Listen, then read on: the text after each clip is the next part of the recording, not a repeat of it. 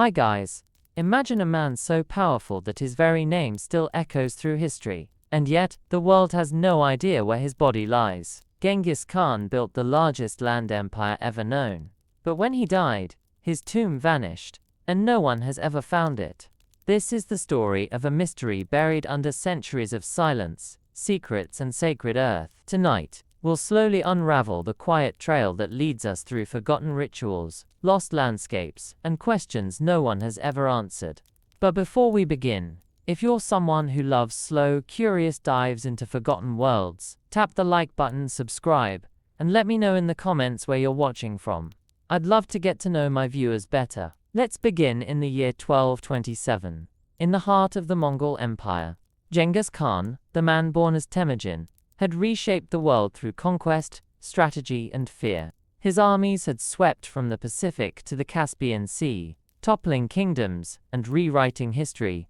But as the great Khan lay dying, possibly from wounds suffered in battle or after falling from his horse, he made one final command: that his burial remain a secret.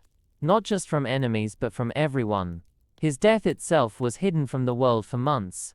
As far as his followers were concerned, their leader was still alive, still watching, still ruling.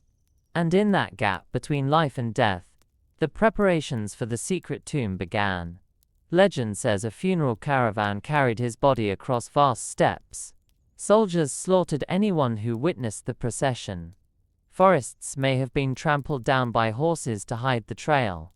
Some accounts say rivers were diverted to cover the burial site, making it unreachable, invisible, eternal. But were these myths, or carefully executed reality? The Mongols were known for their discipline, and for honoring the wishes of their leaders without question. If Khan had asked for secrecy, they would have ensured it with absolute precision. And yet, what's remarkable is how completely his burial was erased. No coordinates, no inscriptions, no oral tradition that has survived with clarity. Just whispers passed down through generations, that the tomb lies somewhere near the sacred mountain of Burkhan Khaldun in Mongolia. But that region itself is vast, rugged, and protected. In modern times, it's not just hard to reach, it's politically and culturally sensitive. Mongolians consider the land sacred. Digging or even suggesting excavation can be seen as disrespectful. That has made the search difficult for historians and archaeologists. Still, the obsession remains. Over the past century, dozens of expeditions have tried to find the tomb, with satellite imaging, ground-penetrating radar, drones, and old maps. But every time, the silence of the land wins. No tomb, no trace, no clues, only the echo of a man who wanted to disappear from the world, even more completely in death than he ever had in life. In the next part, we'll explore what the ancient texts and oral legends really say about his burial, and whether we're even asking the right questions. To begin understanding the mystery, we need to listen closely to the few surviving sources that mention Genghis Khan's burial. The most significant of these is The Secret History of the Mongols, a 13th century text written not long after the great Khan's death. But even this document, rich in tales of his life and rise to power, says almost nothing about where he was buried. It simply mentions his passing, and that his body was transported to his homeland. That silence, that deliberate omission, speaks volumes. It wasn't that they forgot, it was that secrecy was part of the design. In Mongol culture, death was something sacred, especially the death of a leader who was believed to carry divine favor. Preserving that power meant protecting his remains from desecration. Khan's sons and generals were determined to fulfill that mission. Some stories tell of a vast funeral army traveling from western Shah, where he may have died, back to the Khenti Mountains in northeastern Mongolia.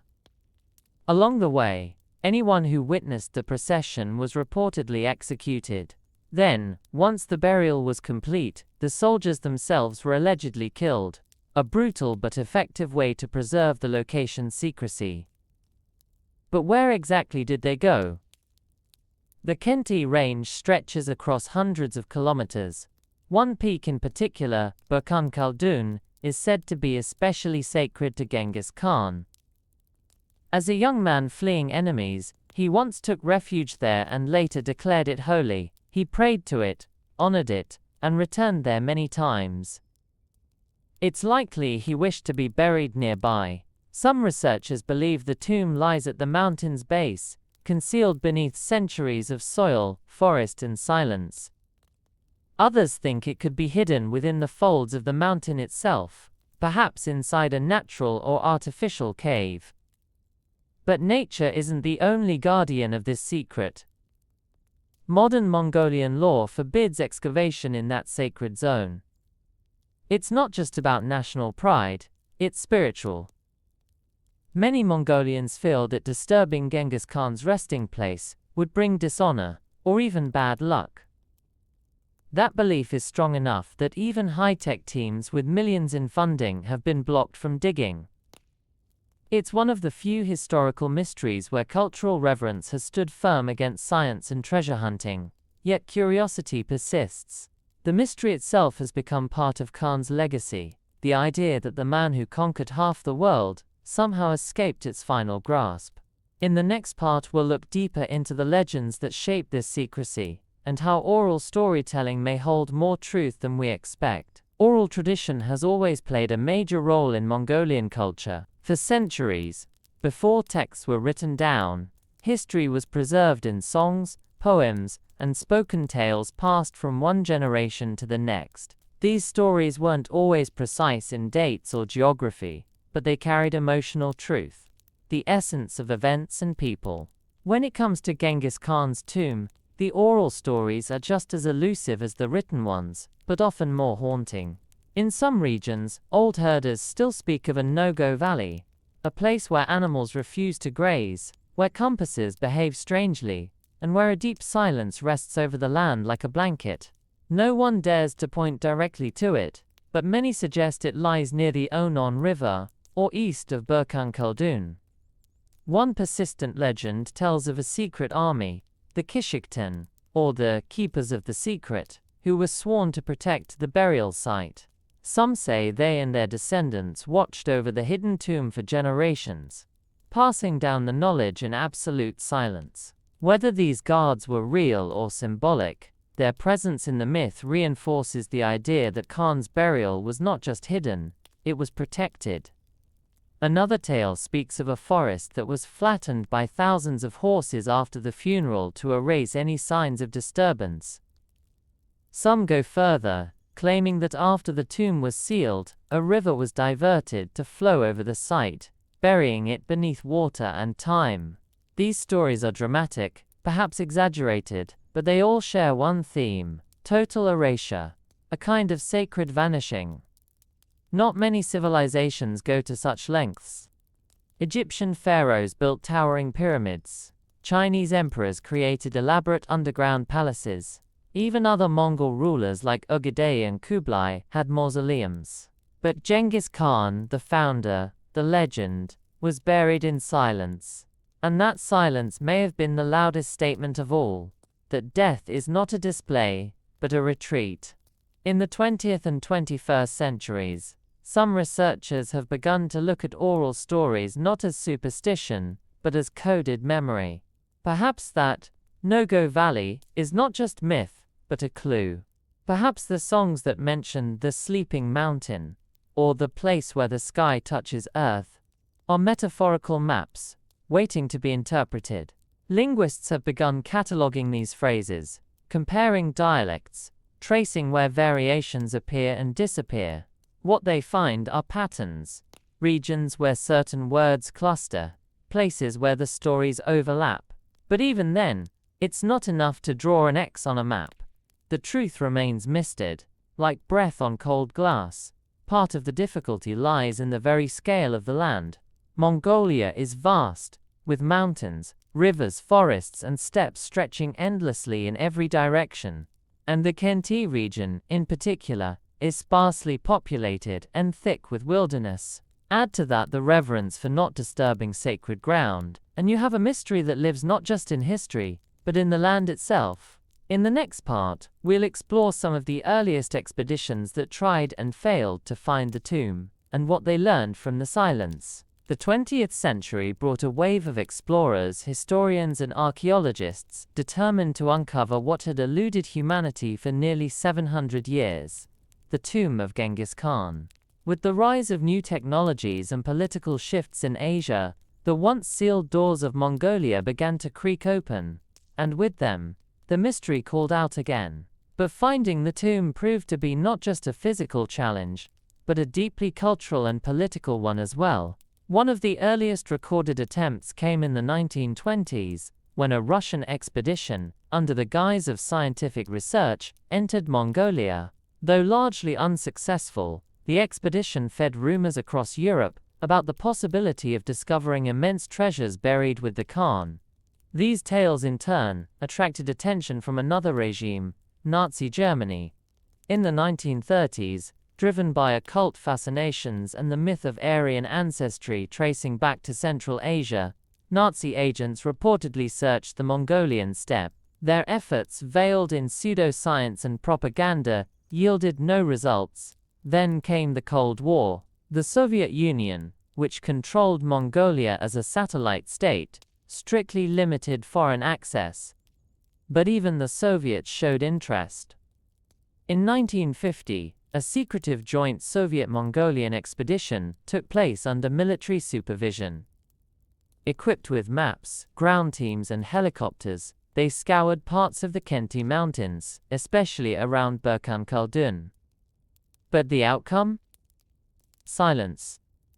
Whether they found something and concealed it, or simply failed like those before them, remains unknown. The absence of records only deepened the fog.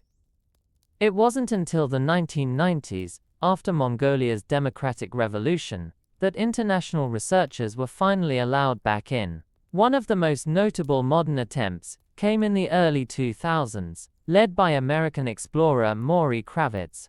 Over several trips he interviewed locals, studied ancient texts, and examined terrain across northeastern Mongolia.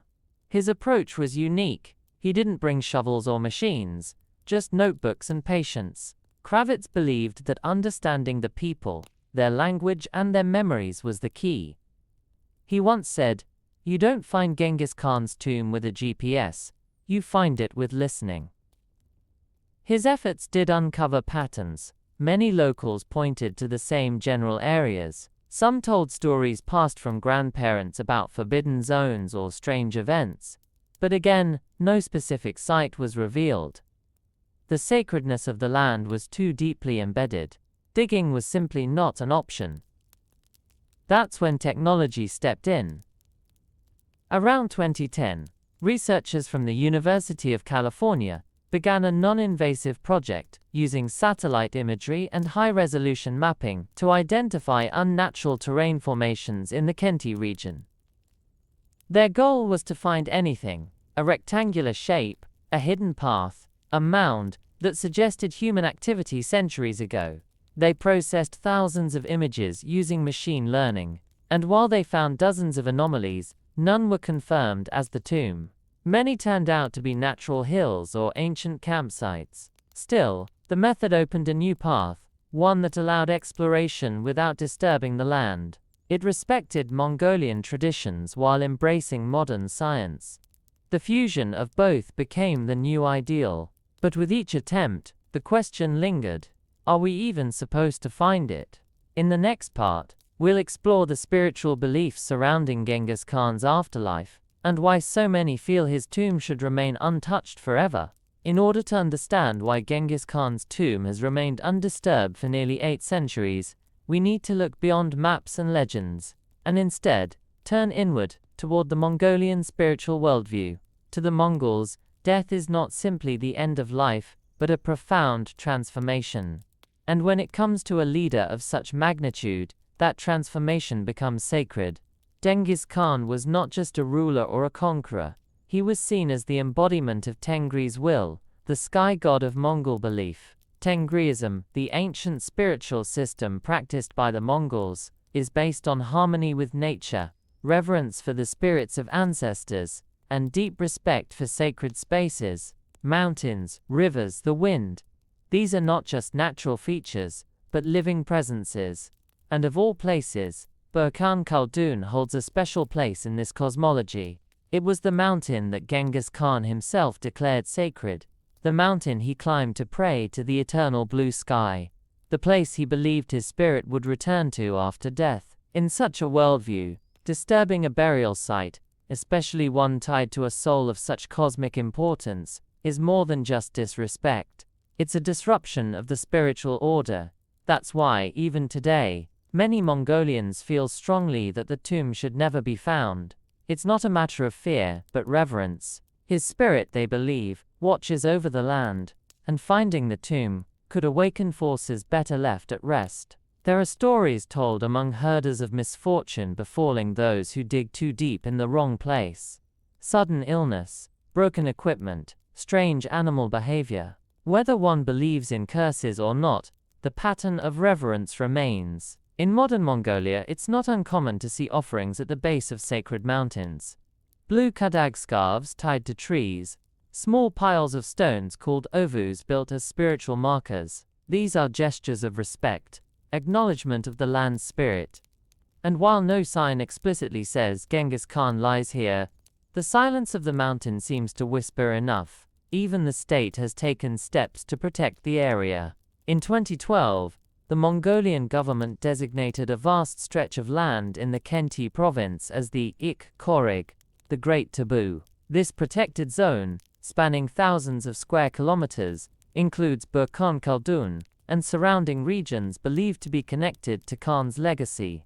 No excavation, construction, or disturbance is allowed. The very name taboo speaks volumes. It's a space set aside not just legally, but spiritually. Foreign researchers must obtain special permits to even enter the outer boundaries. For many Mongolians, this is not merely bureaucracy, it's stewardship. They are not hiding the tomb for selfish reasons. They are preserving a sacred balance. Genghis Khan's legacy is not just written in history books.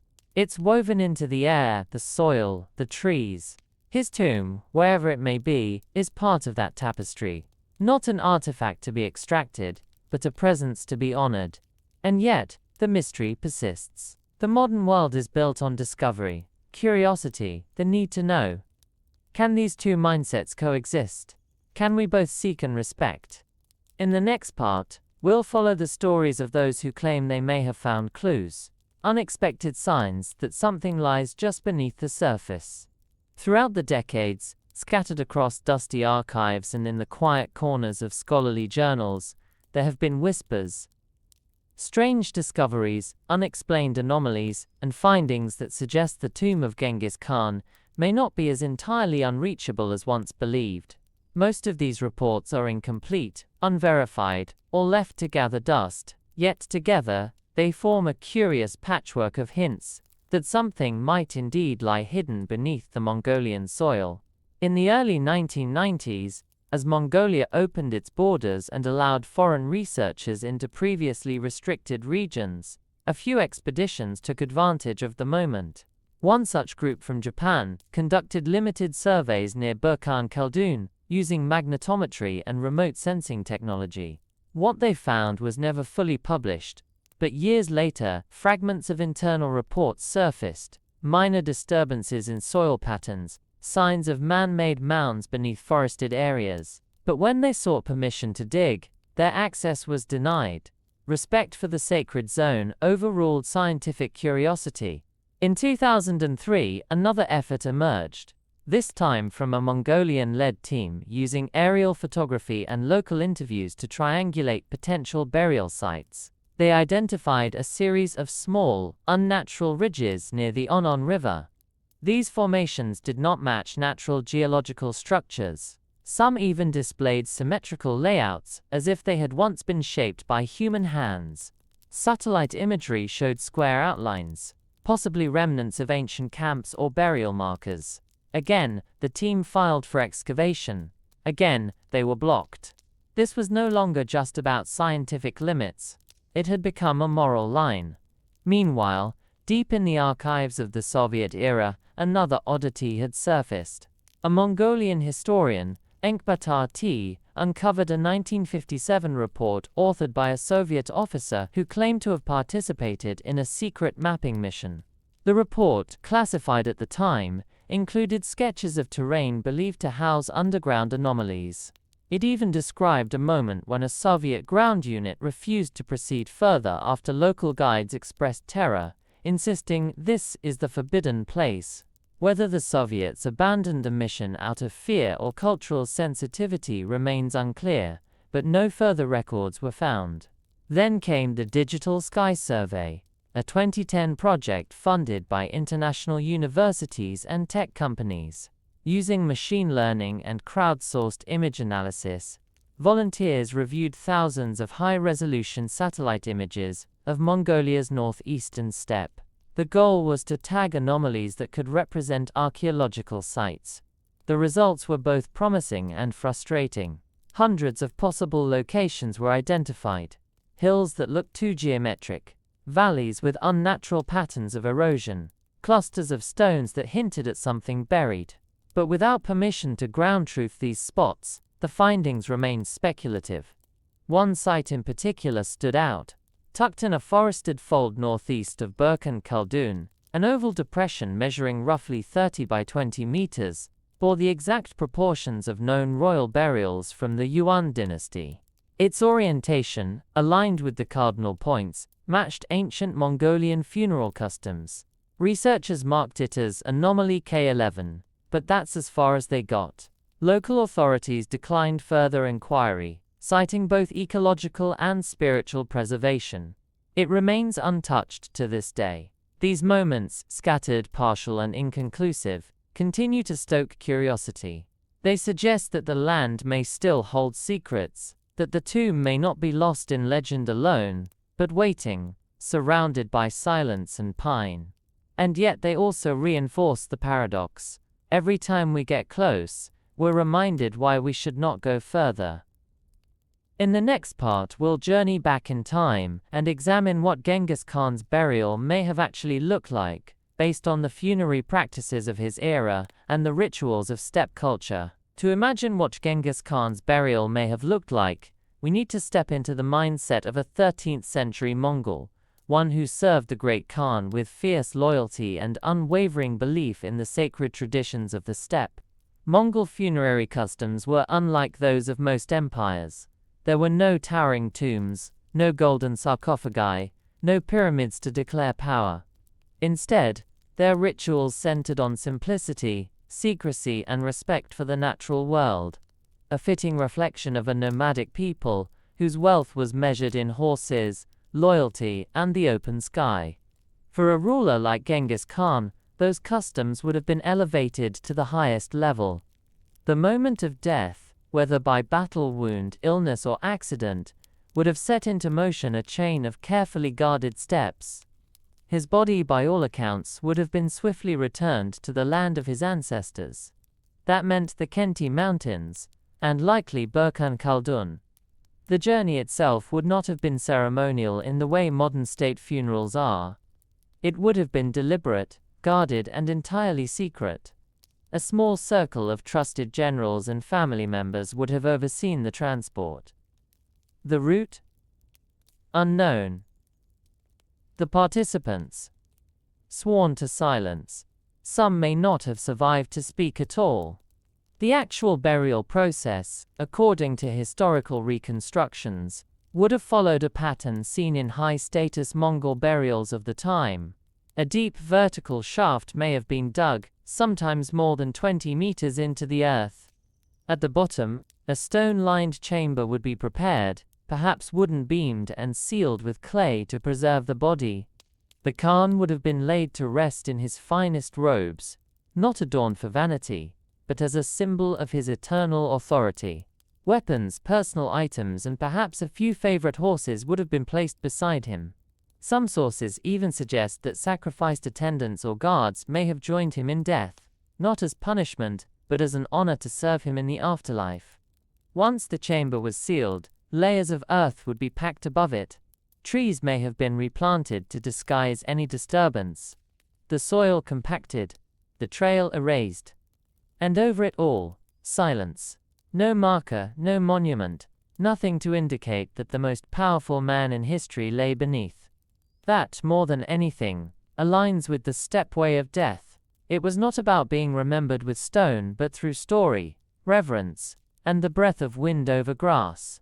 What makes this even more mysterious is that we have examples of similar burials from Genghis Khan's descendants. In Inner Mongolia and parts of northern China, royal graves from the Yuan dynasty, founded by his grandson Kublai Khan, have been uncovered.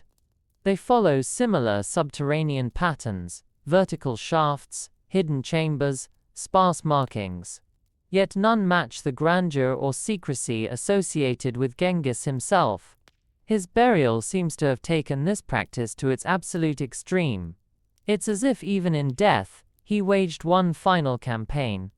This time, against time itself, against discovery, against history's gaze.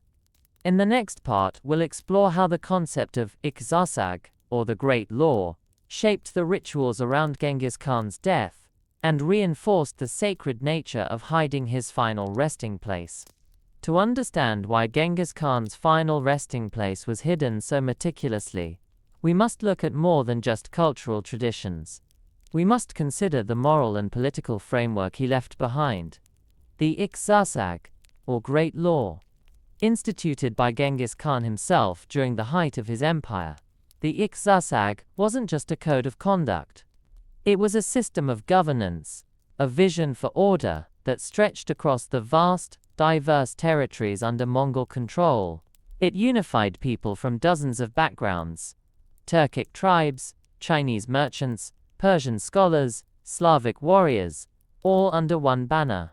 And within its rules were clear principles about loyalty, honor, secrecy, and the sanctity of leadership.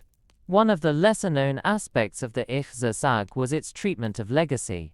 Genghis Khan understood that true power didn't lie in grand monuments or endless wars, but in the unity and continuity of rule. Death in this context was not the end of authority, it was its transference. Thus, the funeral rites of a great Khan weren't just personal, they were political. They marked the transition of spiritual power, the recentering of the empire's identity. But to preserve that power, the moment had to be cloaked, hidden, protected. The secrecy around Genghis Khan's tomb wasn't merely about avoiding looters. It was a strategy, a declaration that the Khan could not be claimed, defiled, or even defined by a grave. His rule, and by extension the empire, had to appear unbroken, eternal. There are historical records indicating that for weeks, perhaps even months, the news of his death was concealed from both the general population and enemy states. His banners continued to fly, his proclamations continued to be issued. Only a tight circle of commanders and family members knew the truth. In that time, his son Ogedei was already being prepared to take the mantle. The funeral procession, if it can be called that, was likely shrouded in false movements, decoy paths, and layered secrecy. According to legend, after the burial was complete, 1,000 horsemen rode across the gravesite to flatten the earth and hide all evidence. Some even claim that the soldiers who conducted the burial were themselves executed to preserve the secret. Whether that story is factual or symbolic, it aligns with the Khan's vision of order and discipline. The Iqzasag emphasized obedience to leadership as the foundation of unity. Those who protected the Khan in life were expected to do so in death, with their silence, or even their lives. The psychological power of such secrecy cannot be underestimated. By removing his tomb from the world, Genghis Khan removed the final anchor to his physical form. He became untouchable, not just in myth, but in geography. And the effect has lasted for centuries. Even as empires rose and fell, even as historians mapped every other ruler's grave, the Khan's location remained a blank space, a sacred absence. And this was likely the intent all along. The Iqzasag did not forbid remembrance, it forbade misrepresentation. It called for honoring leadership not through relics, but through unity, respect, and endurance. In the next part, we'll shift our focus to the terrain itself, the natural landscape of the Khenti Mountains, and explore why it remains such a perfect place to hide something forever. The Khenti Mountains, a rugged and untamed stretch of northeastern Mongolia, offer more than just breathtaking views and sacred symbolism. They offer the perfect canvas for disappearance. If one wanted to conceal something forever, this would be the place. And perhaps that's exactly why the tomb of Genghis Khan has never been found. Stretching over hundreds of kilometers, the Khenti Range is a place where time slows down. Thick forests climb steep ridges, rivers carve deep and winding valleys, and the winds move in hushed, deliberate currents as if guarding secrets of their own. The terrain is unforgiving in the winter and dense in summer. Visibility is limited, roads are few, and modern infrastructure barely penetrates the region. Even satellite imagery can be deceived by the uniform green of the forest canopy and the camouflage of shadowed slopes. Burkhan Khaldun, the spiritual heart of the range, is not a singular mountain, but a layered rise within a much broader system of hills and folds. And this is important, because when people say he's buried near the mountain, they're referring to a vast territory, not a precise location. Imagine trying to find a single buried object, no larger than a room, in a region the size of a small country. That's the challenge researchers face. And then there's the geology.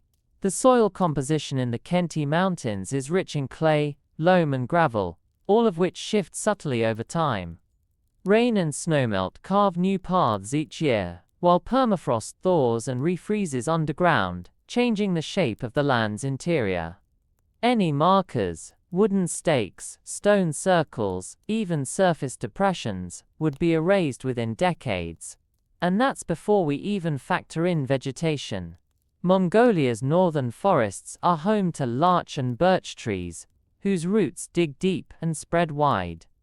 Over centuries they reclaim ground, swallowing evidence of past human activity.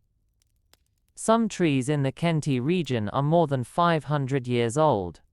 That means they were seedlings long after Khan's burial, which in turn means any clearing made at the time has long since vanished under forest. Even if you were standing directly above the site, there's a good chance you wouldn't know it. But perhaps the most intriguing element of the landscape is how it interacts with Mongolian spiritual tradition. The concept of sacred geography is powerful. Certain ridgelines, valleys, and river junctions are believed to carry spiritual energy. These places are not marked on modern maps, but they exist in memory, in story, in the quiet gestures of locals who leave offerings without explanation. Some researchers have theorized that the tomb may be hidden at the confluence of such spiritual ley lines, places where heaven and earth are thought to meet. That wouldn't just be symbolic, it would be strategic. For a man who conquered so much, being laid to rest at the most spiritually charged point in his homeland would be the ultimate statement of authority and peace. And yet, when you walk through this land, you don't feel a looming presence, you feel stillness. An ancient calm. The air is crisp. The sound of footsteps disappears into moss and pine needles. It's as though the land itself refuses to speak of what it holds. In the next part, we'll look at the myths surrounding rivers being diverted to hide the tomb, and whether those stories hold any basis in engineering or historical practice. Among the most enduring and dramatic legends about Genghis Khan's burial is the tale of a river being diverted to hide his tomb. A story repeated across centuries, carried in whispers and songs, each version slightly different but bound by the same haunting image. That the great Khan now lies beneath flowing water, entombed not in stone or earth, but beneath the pulse of a living river. At first glance it sounds too mythic to be true. The idea of redirecting a river, especially in the 13th century, seems like the kind of folklore that grows from reverence, not reality. But when we examine history more closely, it becomes less implausible than one might think. River burial, or more precisely the concealment of graves beneath waterways, is not unique to Mongolian lore. Several ancient cultures, including the Chinese and certain Central Asian tribes, incorporated water as a boundary between life and death. Water was seen as sacred, purifying, and protective, the ideal guardian. And Mongols, despite their nomadic traditions, understood the power of landscape. They knew how to harness nature, not only for survival but also for ritual. So what would it take to divert a river? Historically, it's been done. Centuries before Khan's time, Chinese engineers constructed canals, redirected streams, and manipulated wetlands, using simple tools, manpower, and clever design. The Mongols, who often absorbed the knowledge of the cultures they conquered, would have had access to these techniques, especially after their expansion into the Jin and Song territories. It's entirely feasible that, with enough labor and motivation, a small tributary or seasonal river in the Khenti Mountains could have been rerouted, at least temporarily, to allow a burial in its dried basin. After the interment, the water would be returned, washing away all signs, sealing the grave in a fluid shroud. Certain versions of the legend go further. They claim that not just one river but several streams were brought together to flood a valley. In this version, entire teams of workers dug channels, piled earthen dams, and created a temporary basin. After the funeral, the basin was flooded. Then the workers themselves were executed, to ensure the secret would die with them. It's a brutal narrative, yes, but not out of step with the Mongol ethos of total loyalty and sacrifice. And it aligns with the Khan's desire for absolute disappearance. In 2004, a joint study between Mongolian and Japanese geologists surveyed parts of the Khenti region for signs of ancient hydrological disturbance. They found several dry channels and unnatural bends in minor streams. Some of these features could be explained by erosion or seasonal flooding, but a few bore signs of manual interference. Levee-like formations, compacted earth embankments, and oddly symmetrical meanders. Again, no definitive proof, but more whispers of something hidden. The problem, of course, is that water changes everything. Even if a tomb was built and buried beneath a river centuries ago, time would erode its upper structures. Wooden elements would decay. Stones would shift. Sediment would pile up. Today, the riverbed might be meters higher than it was in the 1200s. And detecting what lies beneath would require extensive scanning that local authorities rarely approve. But the most compelling part of the river legend isn't logistical. It's poetic. For a man whose life was defined by motion, conquest, and the crossing of borders, to be laid to rest beneath a river, always flowing, always changing, would be fitting. Water cannot be pinned down, cannot be mapped in stillness. It moves, vanishes, reappears. Just like the Khan's legacy. In the next part, we'll explore the lesser-known Mongol burial sites that have been discovered, and what they can tell us about where and how Genghis Khan might rest. Though the tomb of Genghis Khan remains undiscovered, archaeologists have over the years uncovered several burial sites linked to Mongol elites, including generals, nobles, and possible descendants of the great Khan himself. These findings, while not yielding the prize of the Khan's own grave, have offered rare insights into how Mongol burials were conducted, what they may have looked like, and perhaps most importantly, how they were concealed. One of the most informative discoveries came in 2001, in the Ordos region of Inner Mongolia, China. Here, archaeologists excavated a 13th-century burial site believed to belong to a Mongol noble. Though looted centuries earlier, the grave retained key structural elements. A vertical shaft cut deep into the earth, leading to a stone-lined chamber. Inside, remains of armor, horse trappings, and fragmented weapons were found, along with a deteriorated coffin and charred wood fragments, suggesting rituals involving fire. The grave had no surface markers, no tombstone, no monument. It was meant to be forgotten by the landscape. A similar pattern emerged at the site of Tavan Tolgoi, located in Mongolia's Gobi region. Here, a burial mound containing multiple individuals, likely from the Golden family lineage, revealed items such as gold rings, silk textiles, and even Persian ceramics, indicating the vast reach of Mongol trade. Again, the burial itself was intentionally hidden. The mound had been eroded nearly flat by the wind. Were it not for a chance observation during mining work, it might never have been found. Perhaps most intriguingly, a 2011 excavation in the Khenti province uncovered a series of graves dating to the Mongol Empire, some remarkably well preserved. Though none were confirmed as royal, the arrangement of bodies, the grave goods, and the depth of the shafts all pointed to high-ranking status. These tombs followed a consistent pattern: deep, narrow shafts, with side chambers or pits, offerings placed with great care, the use of simple natural materials like timber and stone. But what stands out most is the intentional lack of surface features. In every case, these graves were designed not to be seen. And that leads to an important realization. The Mongols had mastered the art of invisible burial. Not just in metaphor but in physical technique. They blended graves into the landscape. They allowed the earth to reclaim its surface. They made time their ally, ensuring that the memory of a burial would vanish within a few generations. These patterns support the idea that Genghis Khan's tomb would not have been a grand mausoleum, but rather an advanced version of the same practice. Deeper, more remote, possibly protected by terrain or ritual. Some theories suggest that multiple decoy graves may have been created to confuse future generations. Others speculate that a temporary wooden structure was used, then burned to ashes after the burial, leaving no trace.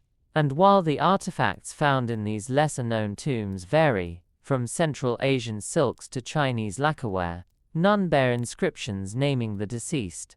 This anonymity appears to be intentional. Mongol rulers, even in death, did not seek individual glorification through tombs. Their identity was preserved in the legacy of their rule, not in carved stone. These graves tell a quiet story, one of reverence without exhibition, of status without spectacle. And if that principle applied to nobles and generals, how much more it must have applied to Genghis Khan himself. In the next part, we'll explore the controversial attempts by treasure hunters and pseudo-archaeologists who claim to have found the tomb, and the strange stories that followed their searches. Where there is mystery, there are always those who seek to solve it, and sometimes exploit it. The tomb of Genghis Khan has attracted not only scholars and archaeologists, but also adventurers, opportunists, and self-proclaimed explorers, whose motivations range from historical curiosity to treasure hunting. Over the past century, dozens of expeditions have claimed to have found clues, or even the tomb itself, yet none have provided verifiable proof, and many have been steeped in controversy, exaggeration, or failure. One of the earliest and most persistent figures in this story was a man named Roy Chapman Andrews, an American explorer in the early 20th century, often regarded as the inspiration behind the fictional Indiana Jones. Though Andrews never explicitly set out to find Genghis Khan's tomb, his expeditions through Mongolia in the 1920s sparked interest in the region. Riding across the Gobi Desert with caravans of camels and trucks, he collected fossils, artifacts, and stories, including tales from locals about forbidden mountains and vanished graves. While his discoveries were mostly paleontological, his writings helped fuel Western fascination with the Mongol legacy. In the decades that followed, others came with less caution. In the 1960s, a self-funded European team claimed to have located the tomb using, quote, ancient Chinese maps and dowsing rods. They announced that the site was beneath a particular hill near the Onon River, and even began a modest dig, only to be stopped by local authorities. No scientific data was published, and the team quickly disbanded. More recently, in the 1990s, a controversial Japanese researcher named Yoshiharu Sakino launched his own project to find the tomb.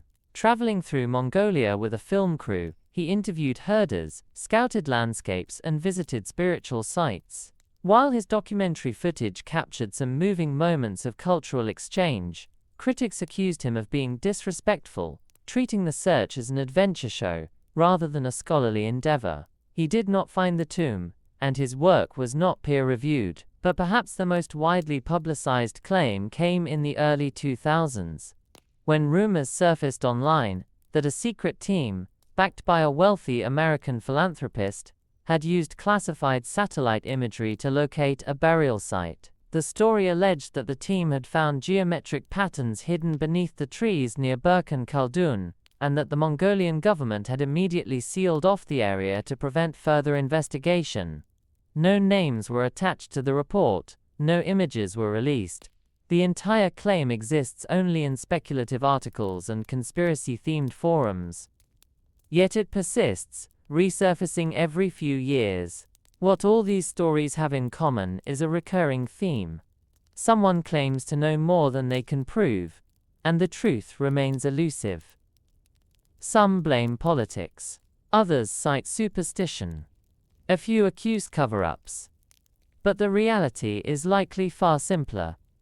The tomb has not been found because it was never meant to be. Many of these modern treasure hunters misunderstand what they're searching for. They imagine a room filled with gold, statues, or priceless artifacts. But Genghis Khan was not buried for wealth or fame. He was buried for silence, for return to the earth, for eternal watchfulness. And that's not something a metal detector or drone can easily locate.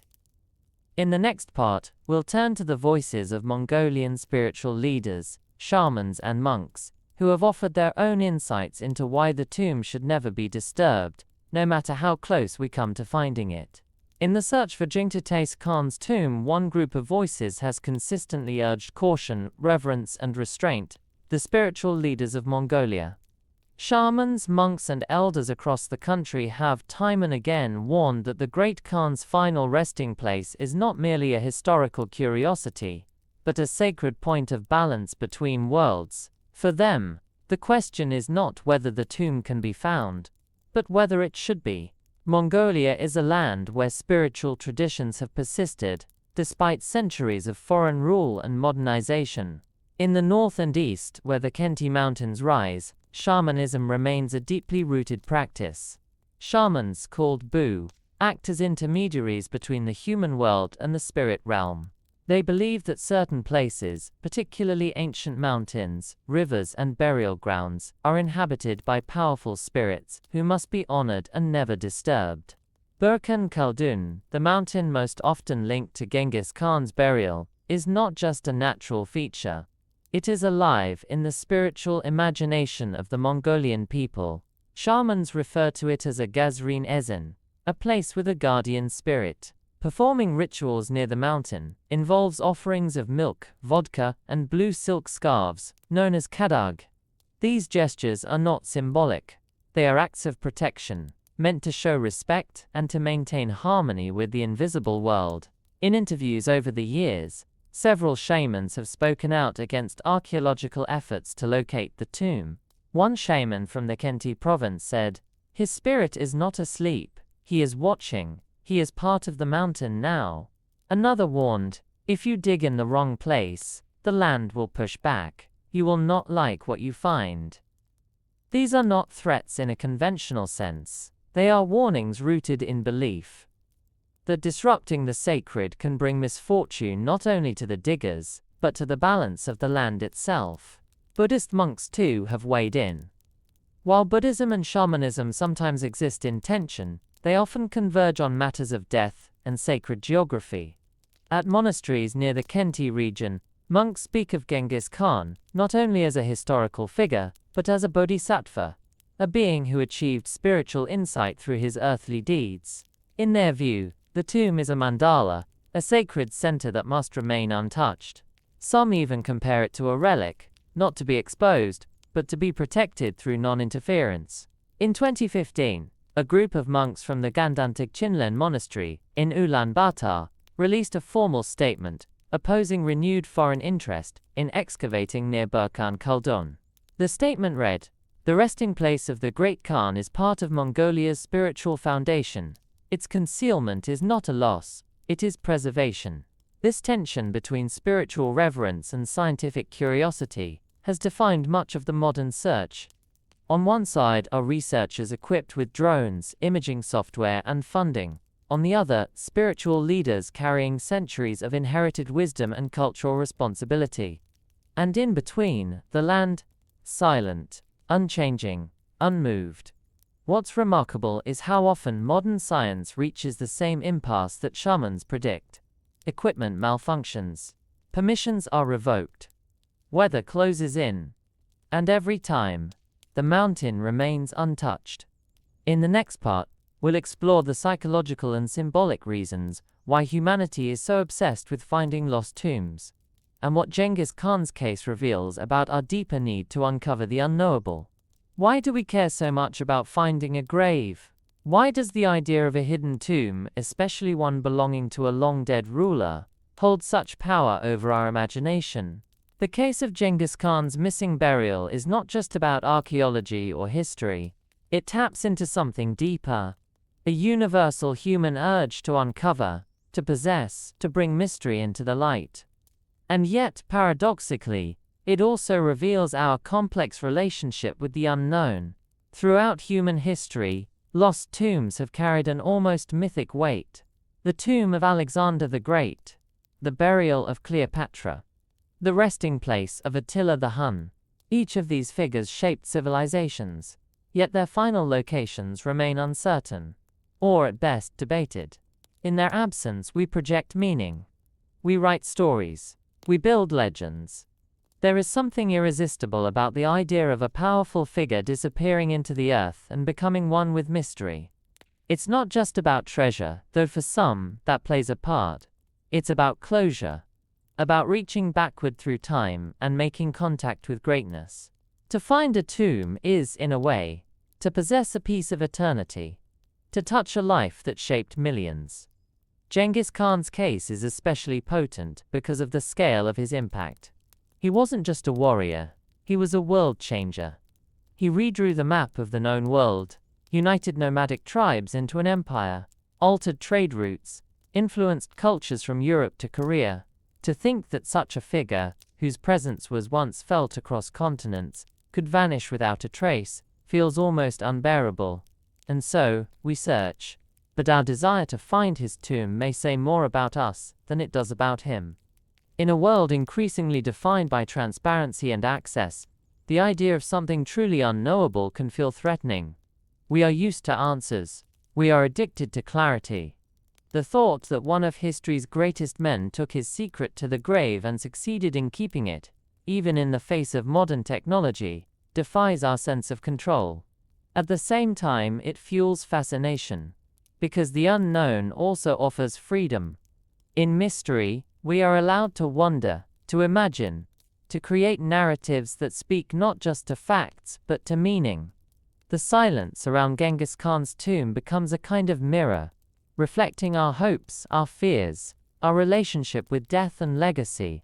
Some psychologists suggest that our obsession with hidden tombs ties back to the human fear of death itself. In discovering the graves of great leaders, we confront mortality on our own terms. We make death manageable. By locating and naming the resting place, we believe we have grasped its meaning. But Genghis Khan's empty grave resists that. It remains a symbol of something we cannot fully grasp, and that may be precisely why it continues to haunt us. The more we search, the more the story deepens. His tomb becomes not just a location, but a metaphor, a symbol of how power can outlast the body, how silence can echo louder than monuments, and how some truths may not belong to the living. In the next part, we'll turn our attention to how modern Mongolian identity is shaped by this mystery, and why for many, not finding the tomb has become just as important as finding it. For the people of Mongolia, Genghis Khan, or Chinggis Khan, as he is known in his homeland, is far more than a historical figure. He is a national symbol, a cultural cornerstone, a spiritual ancestor. His name is woven into every facet of Mongolian life, etched onto currency, branded on vodka bottles, honored in street names, statues and schools. And yet the deepest reverence many Mongolians hold for him has nothing to do with visible monuments. It lies in the invisible, in the story of his hidden tomb.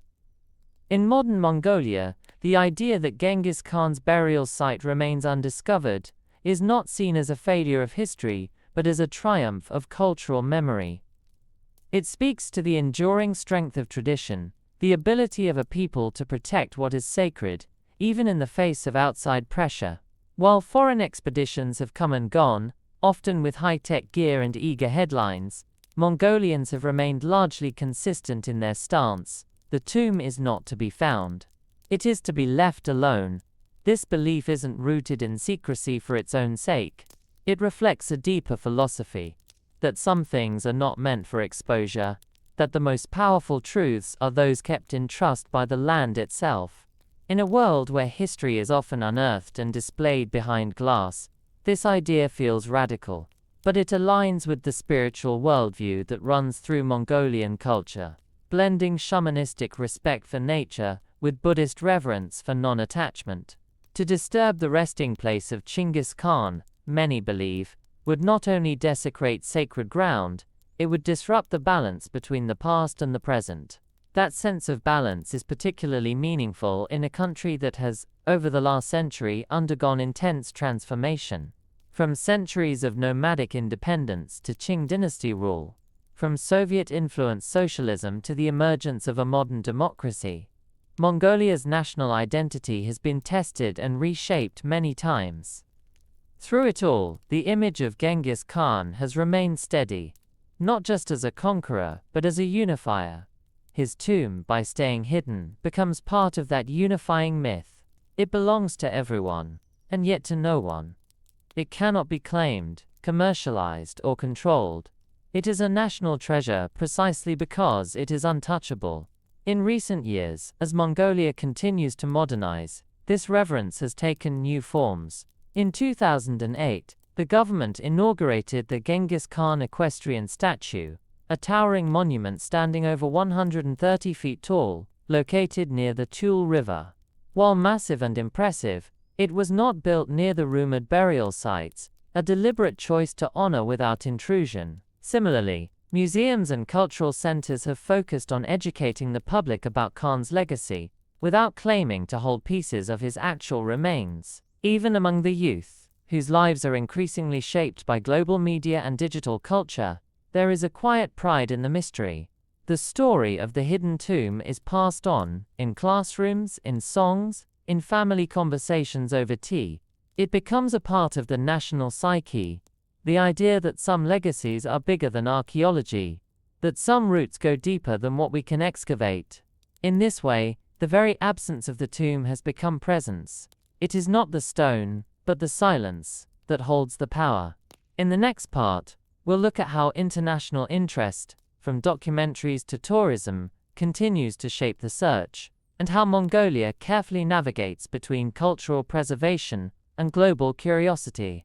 As the legend of Genghis Khan's hidden tomb continues to captivate audiences worldwide, Mongolia finds itself walking a delicate line between protecting its cultural heritage and accommodating a growing wave of international fascination. Documentaries, travel series, academic conferences, and digital media projects from around the globe continue to spotlight the search, often promising new clues, satellite breakthroughs, or exclusive insights. And yet, despite the attention, the mystery remains intact, not because of failure, but because of choice. Over the past 2 decades, international interest in Genghis Khan has surged. Major networks like National Geographic, BBC, and Discovery Channel have aired specials exploring the legend of the lost tomb. These productions typically feature dramatic music, sweeping aerial shots of the Mongolian steppe, and interviews with archaeologists or local historians. While many are well-produced and respectful, others have been criticized for sensationalism, promising revelations they cannot deliver, or depicting the search as a race to unlock some kind of treasure vault. In Mongolia, reactions to this media attention are mixed. On the one hand, there's appreciation for the renewed global curiosity about Mongolian history and culture. Tourism has grown steadily, and Genghis Khan, already a revered figure, now serves as a bridge to the outside world. Travelers come from around the globe to see the vast landscapes he once rode across, to visit museums dedicated to his reign, and to feel connected to a story that seems larger than life. On the other hand, there's a growing concern about how the narrative is shaped by outsiders. Some locals worry that the story is being appropriated or misunderstood, reduced to a mystery box spectacle instead of a sacred chapter in national identity. This tension became especially clear in the 2010s, when foreign teams requested permission to conduct drone surveys and non-invasive ground scans in the Kenti province. While some projects were approved under strict conditions, others were quietly denied, not because they were unscientific, but because they disregarded the cultural and spiritual weight of the land they hoped to explore. To address these growing concerns, the Mongolian government has taken proactive steps. In 2015, it expanded protections around Burkhan Khaldun and surrounding territories, reinforcing the designation of Ikkorig, the Great Taboo, and outlining strict rules for foreign researchers. Any archaeological work now requires not only scientific justification, but also cultural and religious consultation. Local elders, shamans, and community leaders must be involved in the decision-making process. This approach reflects a broader movement in heritage preservation. The recognition that not all knowledge must be extracted, and that local voices should guide the stewardship of sacred sites. Mongolia is not opposed to discovery. It is opposed to disrespect. By insisting on these protocols, the country is asserting its right to define how its most precious legacy is treated. Meanwhile, tourism continues to evolve. Rather than trying to physically locate the tomb, many tours now focus on the story itself, offering immersive experiences that include horseback riding through the steppe, visiting Ovu stone shrines, listening to throat singing under the stars, and learning about the spiritual traditions that still shape the land. These experiences don't offer answers, but something arguably richer, a connection to the landscape, to the myth, to the stillness that surrounds the question. In the next part, we'll take a closer look at one specific area often suspected as the burial site, the Valley of Dalun Boldog, and why it remains one of the most frequently mentioned, yet still unconfirmed candidates. One of the most frequently mentioned locations in the centuries-long search for Genghis Khan's tomb is a remote area known as Dalun Boldog. Nestled within the sacred Kenti mountain range in northeastern Mongolia, Dalun Boldog is more than just a geographical location. It is a place steeped in ancestral importance, cultural reverence, and deep-rooted oral tradition. Many Mongolians consider it to be the birthplace of Genghis Khan, but others believe it could also be the site of his final rest. The name Dalun Boldog roughly translates to rounded hill or saddle hill, and the terrain certainly lives up to its name. Undulating hills roll across the region, dotted with birch and larch forests, interspersed with wide valleys and streams.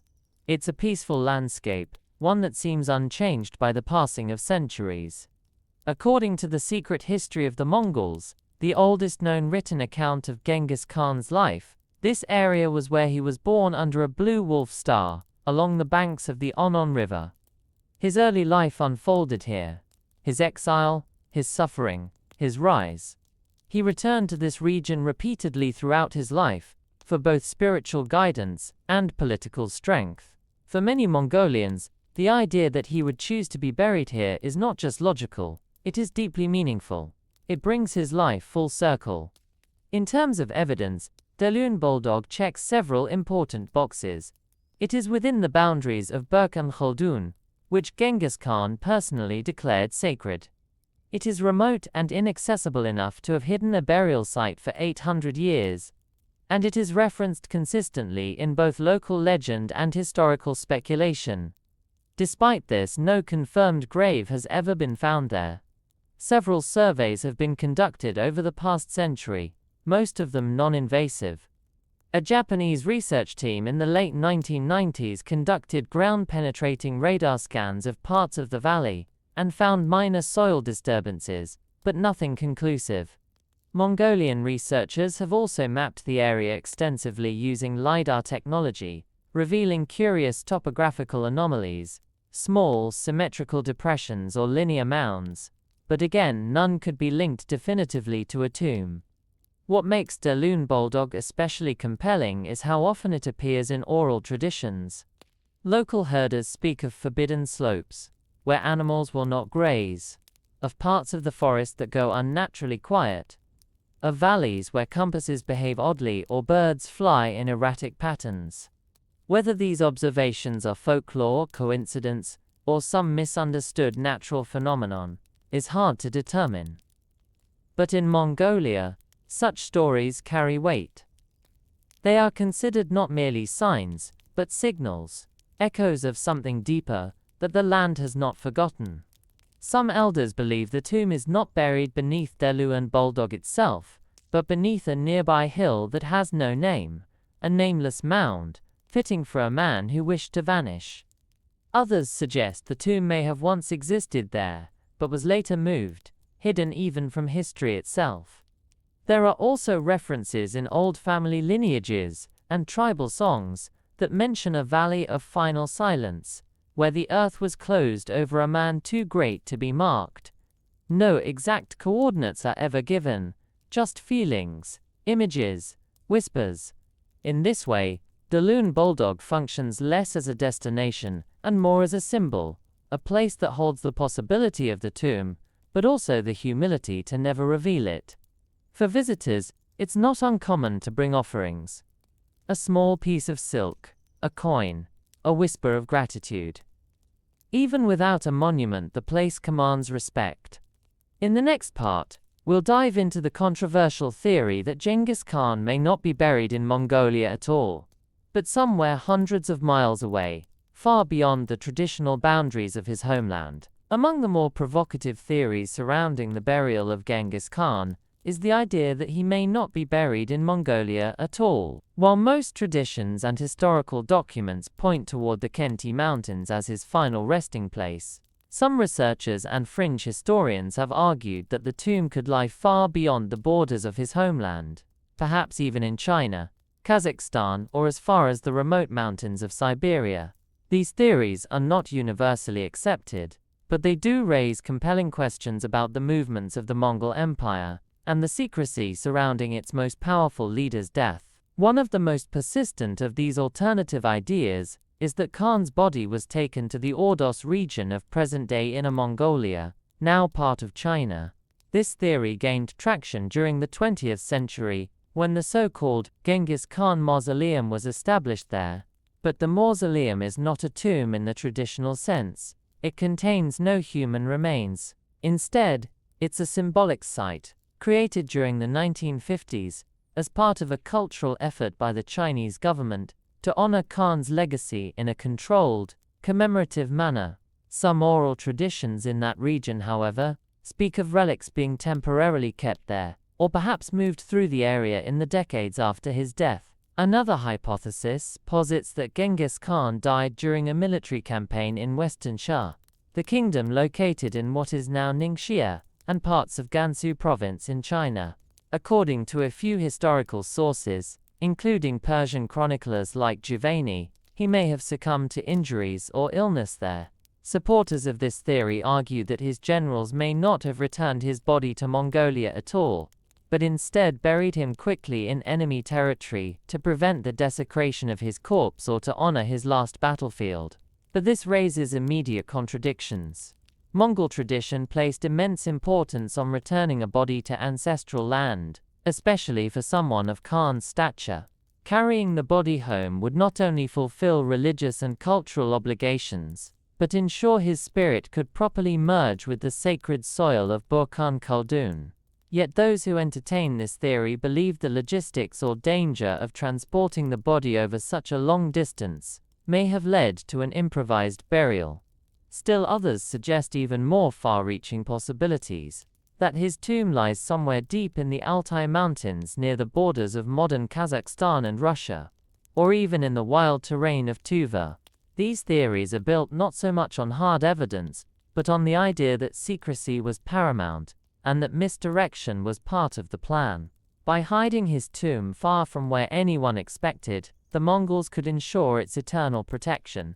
Adding to the speculation are a few cryptic accounts from European travelers and spies in the 17th and 18th centuries. One Jesuit priest reported hearing from local tribes in Central Asia that the great Khan was buried where 3 rivers meet, under a hill that once burned for 3 days. Another explorer claimed to have seen ruins of an ancient palace in the steppes of Xinjiang, with inscriptions too worn to translate. None of these reports have been verified, and many contain inconsistencies or fantastical elements. Still, they persist in the background of the broader mystery, flickers of an alternate truth, or perhaps just echoes of longing.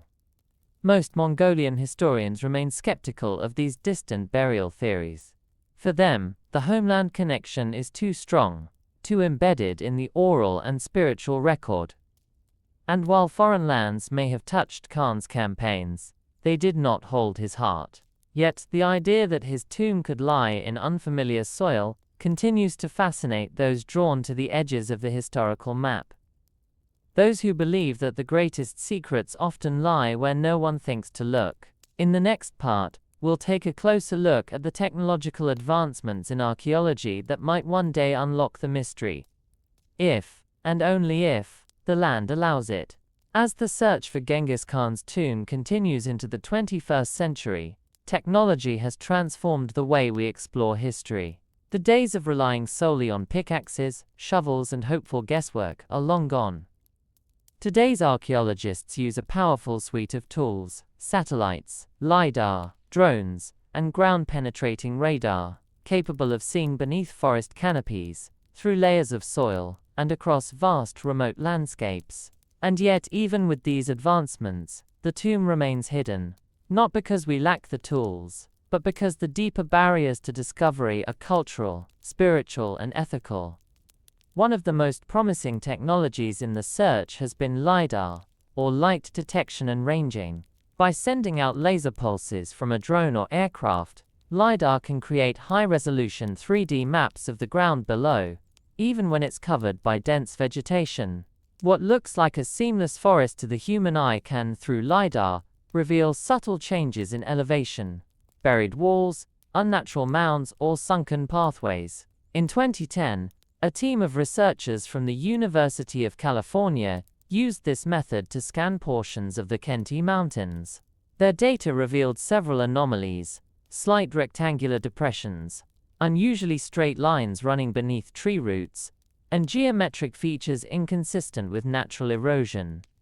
However, due to cultural restrictions on excavation in the area, the team was unable to physically investigate these findings. The technology could see, but not touch. Ground-penetrating radar (GPR) has also been used, though with more limitations.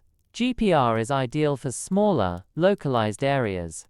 It sends radio waves into the ground and records their reflections to detect buried objects. But in Mongolia's rugged terrain, with its shifting soils and deep-rooted forests, GPR's effectiveness is reduced. Still, in smaller test zones near Burkhan Khaldun, GPR has hinted at anomalies, disturbances in the soil, that might indicate past human activity. Again though, without the ability to dig, nothing can be confirmed. Another fascinating development has come from artificial intelligence. In recent years, researchers have begun training AI models to scan massive satellite image databases in search of patterns that might indicate human construction or burial sites. These models look for symmetry, alignment with cardinal directions, or anomalies in vegetation growth. In 2017, an AI-assisted analysis of a region east of the Onon River flagged over 60 potential sites that fit the profile of elite Mongol burials. Some were quickly ruled out as natural formations. Others remain untested, sitting quietly beneath the trees.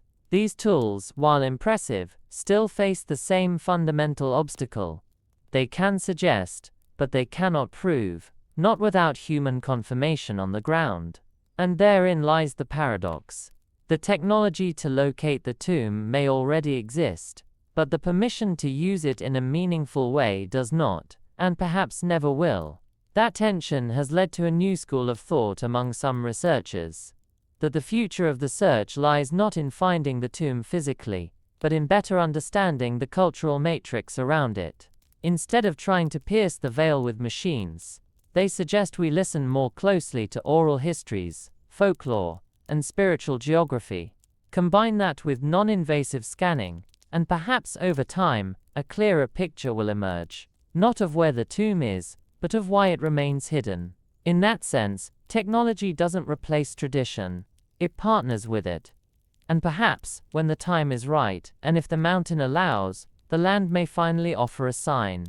In the next part, we'll look at how the legend of the tomb continues to inspire fiction, film, and art, and how its symbolic power has taken on a life of its own far beyond Mongolia's borders. While the actual tomb of Genghis Khan remains buried in mystery, its legend has grown far beyond the realm of history books and academic circles.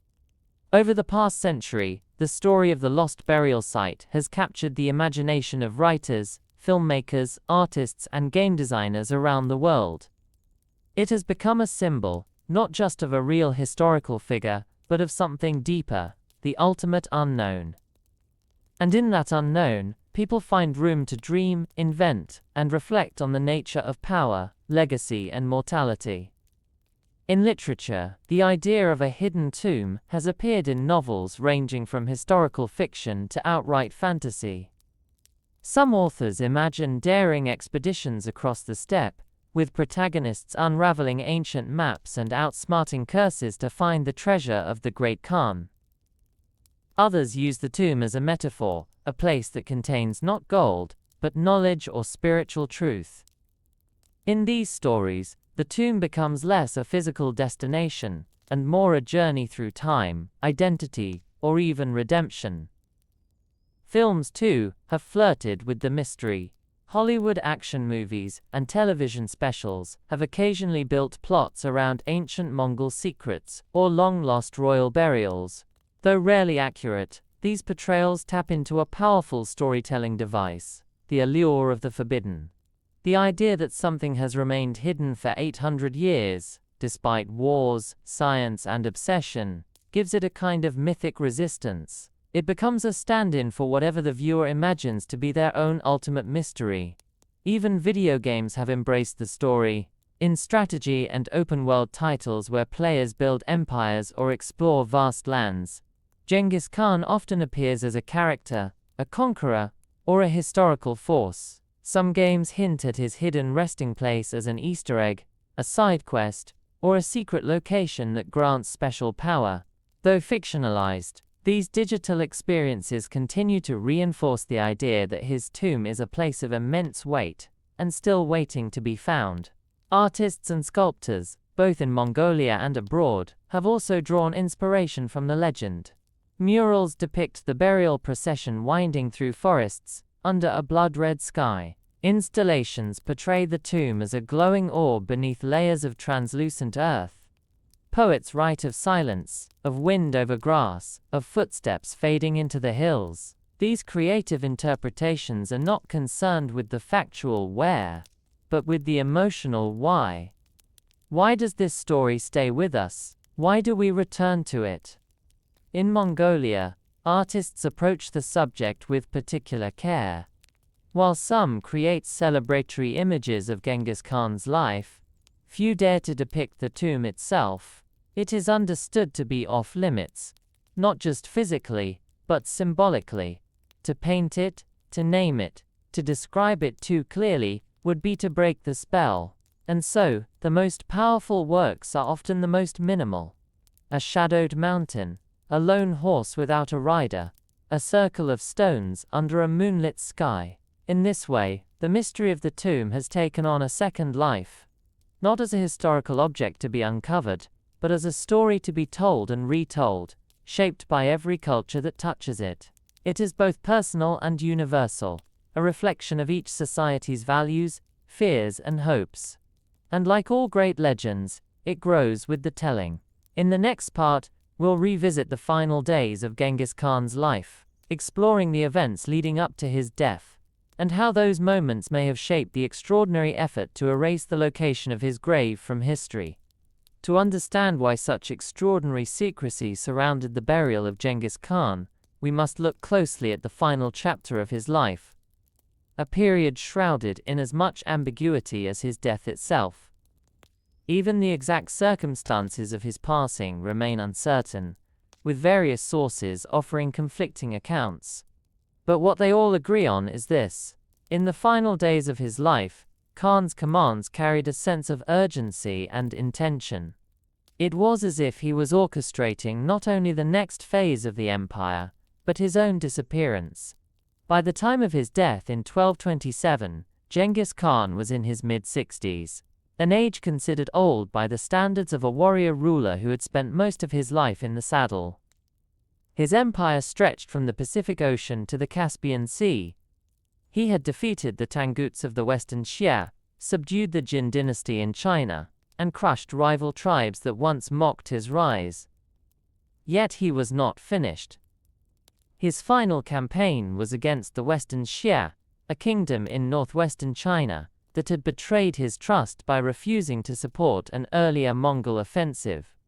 As he pushed deeper into their territory, his forces laid waste to cities and fortresses, executing a brutal scorched earth strategy.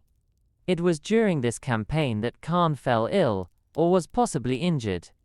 Some sources, including Persian historians, claim he died after falling from his horse. Others suggest he was wounded by an arrow. Still others describe a sudden illness, possibly caused by the harsh conditions of the desert campaign. Whatever the cause, Khan knew the end was near. And with that awareness came decisions that would echo through time. The news of his impending death was kept secret from nearly everyone, not just to avoid panic, but to prevent enemies from seizing the moment. Only his most trusted generals and family members were informed. The Mongol war machine continued to function as if their supreme leader were still issuing orders. This was a pattern that would continue even after his death. What stands out in these final days is the level of control Genghis Khan exerted over what would follow. He had already named Ogedai, his third son, as successor, ensuring stability at the top. He left behind clear instructions for the treatment of his body.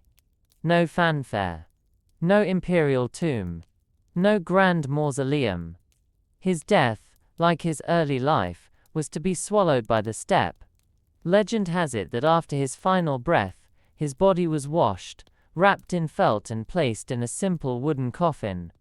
A funeral escort, comprised of elite guards and loyal soldiers, began the long journey north, likely toward the Khenti Mountains.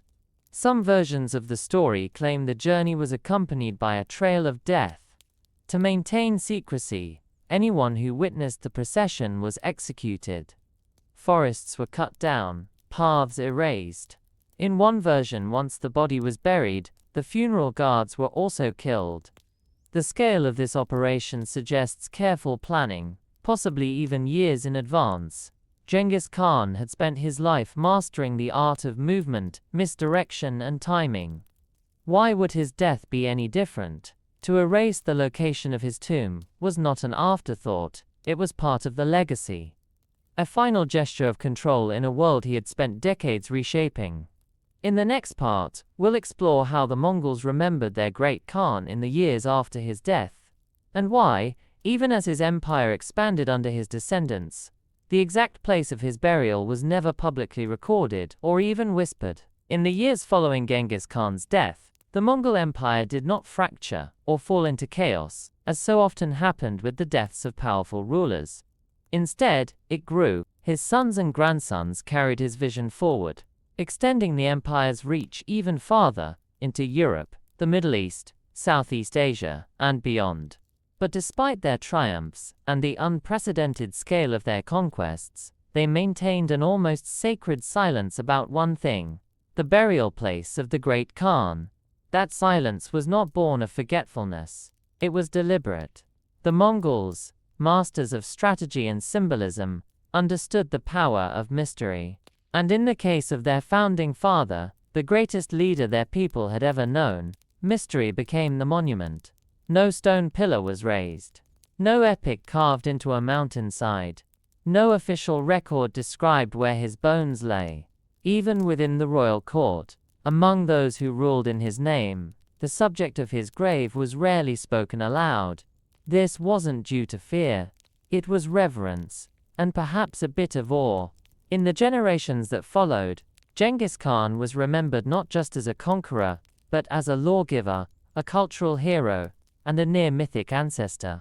His spirit, they believed, watched over the empire like the eternal blue sky, invisible, boundless, and always present. His memory lived in lore, in tradition, in the stories told by elders at firelit gatherings, while other rulers, even his own descendants, received monumental tombs or lavish mausoleums. Genghis Khan remained hidden, and this absence created a presence all its own. Mongol chroniclers like Rashid al-Din, who wrote in the 14th century under Persian patronage, included many details about Khan's life, his campaigns, and his family. But when it came to his burial, the accounts became vague, contradictory, or altogether silent. Some scholars believe this was intentional, a way to honor the Mongol tradition of secrecy, even in foreign texts. Others think the chroniclers simply didn't know. The knowledge had become so tightly guarded, passed to so few, that it may have vanished within a generation or two. And yet, the reverence persisted. The location may have faded, but the respect for the silence remained. Later rulers, like Kublai Khan, Genghis's grandson and founder of the Yuan dynasty in China, spoke of him with deep honor, building altars and shrines dedicated to his spirit. But even Kublai, with all the resources of a vast empire, never claimed to know where the tomb was. Nor did he attempt to find it. That act alone speaks volumes. Across Asia, empires have often made a point of elevating the tombs of their founders. Chinese emperors were entombed in massive underground cities, Egyptian pharaohs in pyramids, Mughal rulers in intricate marble complexes. The Mongols did the opposite. They let the earth take him. They let time fold over his memory. And in doing so, they created something no monument could ever achieve, a living legend that could not be broken, looted, or desecrated. In Mongolia, it became common to refer to certain valleys or mountains, not by name, but by feeling, the place where he returned to the sky, or the slope where the silence grows. These poetic expressions weren't meant to pinpoint a location. They were a way of carrying the mystery forward, generation after generation. In the next part, we'll explore how the concept of eternal return, a belief rooted in Mongol cosmology, shaped the idea that Genghis Khan never truly died, and how that belief continues to influence the reverence around his missing tomb. The idea that Genghis Khan never truly died may sound like myth-making. But within Mongol cosmology, it fits naturally into a larger spiritual framework, one where death is not an ending, but a return. For many traditional Mongols, especially those rooted in the beliefs of Tengrism, the sky is not just an overhead dome of stars, it is a living force, a sacred presence, a god. Tengri, the eternal blue sky, watches over all things. It gives life, takes it back, and sets the rhythm of the universe. Within this worldview, the great cycles of nature, the turning of the seasons, the birth and death of animals, the flow of rivers, all mirror the journey of the soul. And for someone like Genghis Khan, believed to have been chosen by Tengri itself, his death would not have been viewed as final. It was seen as a return to the sky, a rejoining with the divine source from which he came. The term eternal return isn't necessarily spoken in academic terms among herders or shamans, but the belief is present in the language. People say things like, he watches from the sky, or he rides still, but no longer casts a shadow. These aren't poetic metaphors, they're expressions of lived belief. The absence of a tomb, then, is not a loss, it is a continuation. To bury someone like Genghis Khan in a visible way would have pinned him to one place. It would have made him still, made him finite, but to release him into the unknown, into the mountains, the wind, the silence, was to allow him to continue moving. In traditional shamanic rituals, it is believed that great leaders or shamans do not simply die. Their spirits linger in the landscape, watching over their descendants, guiding hunters, blessing herds. Sacred mountains often bear names that reflect this presence. Mountain of the Watching Eye, the peak that listens. Burkan Khaldun, which Genghis Khan himself declared sacred, is one such place. It is said that he prayed there not just in life but in death. Some believe his soul resides within its stones and streams. Shamans sometimes make offerings there not to honor a memory, but to commune with an active force. They ask questions. They leave milk or vodka. They tie blue kadag scarves to trees. Not as a ritual to the past, but as a gesture to someone who is still here. This belief in spiritual presence has helped preserve the mystery of his tomb. Because to many, the physical location is secondary, or even irrelevant. The spirit does not require a grave. It moves, it guides, it listens. The longer the tomb remains hidden, the more it supports the belief that Khan has transcended ordinary death. Some even say that if the tomb were ever found and disturbed, the balance might shift. Not because of a literal curse, but because the spiritual order would be broken. Genghis Khan is, in a sense, part of the landscape now. His grave is the steppe, his coffin is the sky. That's why attempts to define or locate him so often falter. Not because of a lack of evidence, but because the very act of searching misunderstands what he became. In stories told around fires, or during long rides through the hills, elders might say, "He's where the wind rides strongest," or "He's with the wolves now." These aren't evasions. They are truths told in a different language, a language of reverence, not coordinates. In the next part, we'll explore the moral dilemma faced by modern archaeologists. If one day the tomb is truly located beyond doubt, what should happen next? And who, if anyone, has the right to decide? The possibility that Genghis Khan's tomb might one day be found raises a profound and difficult question. Not just how, but whether it should ever be opened. This is the ethical crossroads where archaeology, nationalism, spirituality and personal belief collide. Because with a secret so closely guarded for nearly 800 years, any action taken must answer not only to science, but to the people who have kept the silence alive. For many archaeologists, the drive to uncover the past is guided by a noble desire to understand. Each artifact, burial site, or ruin is a thread in the tapestry of human history, and in that sense Genghis Khan's tomb would be a discovery of monumental significance, comparable to the pyramids of Egypt or the terracotta army of China. The opportunity to study his remains, burial customs or grave goods could shed light on Mongol beliefs, genetics, craftsmanship and leadership in ways we've never seen. But at what cost? For the Mongolian people, the tomb is not just a missing piece of history, it is a sacred mystery. The silence around it is not a problem to be solved. It is a promise to be respected. And to violate that silence, even in the name of science, would be to rupture something much older than academic inquiry. In recent decades, this conflict has come into sharper focus as technology advances and foreign interest increases. Several high-profile expeditions have been proposed, some with funding from universities, others backed by private donors or documentary producers.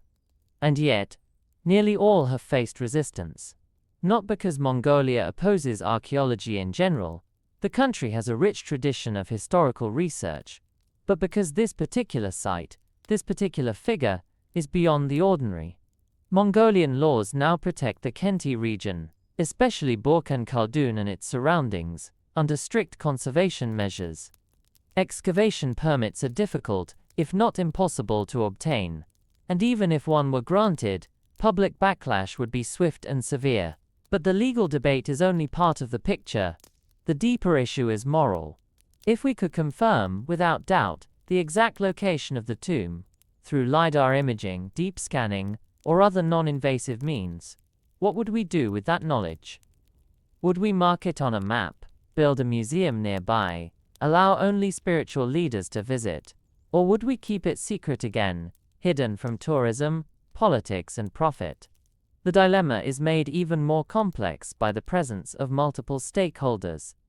There are scientists eager to explore, local communities bound by tradition, a government responsible for preserving culture, and a global audience watching with fascination, many of whom feel no connection to the land but crave the thrill of discovery. Who, in this tangled web, has the right to decide? Some argue for compromise, that perhaps a symbolic monument, away from the actual tomb, could satisfy curiosity without violating the sanctity of the grave. Others suggest that the knowledge itself, without physical disturbance, might be enough, that simply knowing he lies here is all the confirmation the world needs.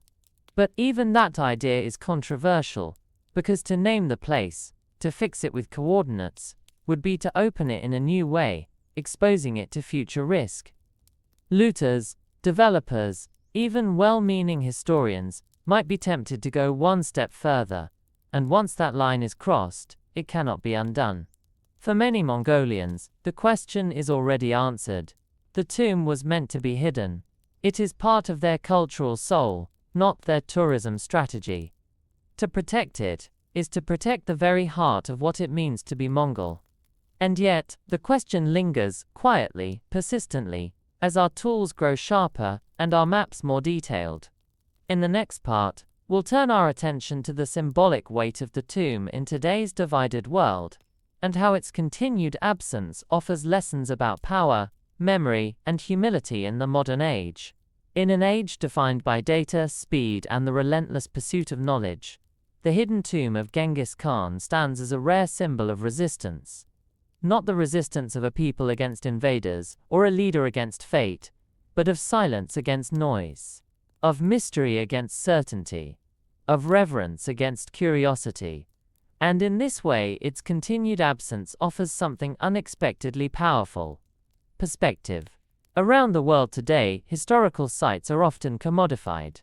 Ancient ruins become tourist attractions, sacred spaces are turned into museum pieces, and the past is packaged for easy consumption. There is value in education and access, yes, but something is lost when every corner of the human story is forced into display cases and information panels.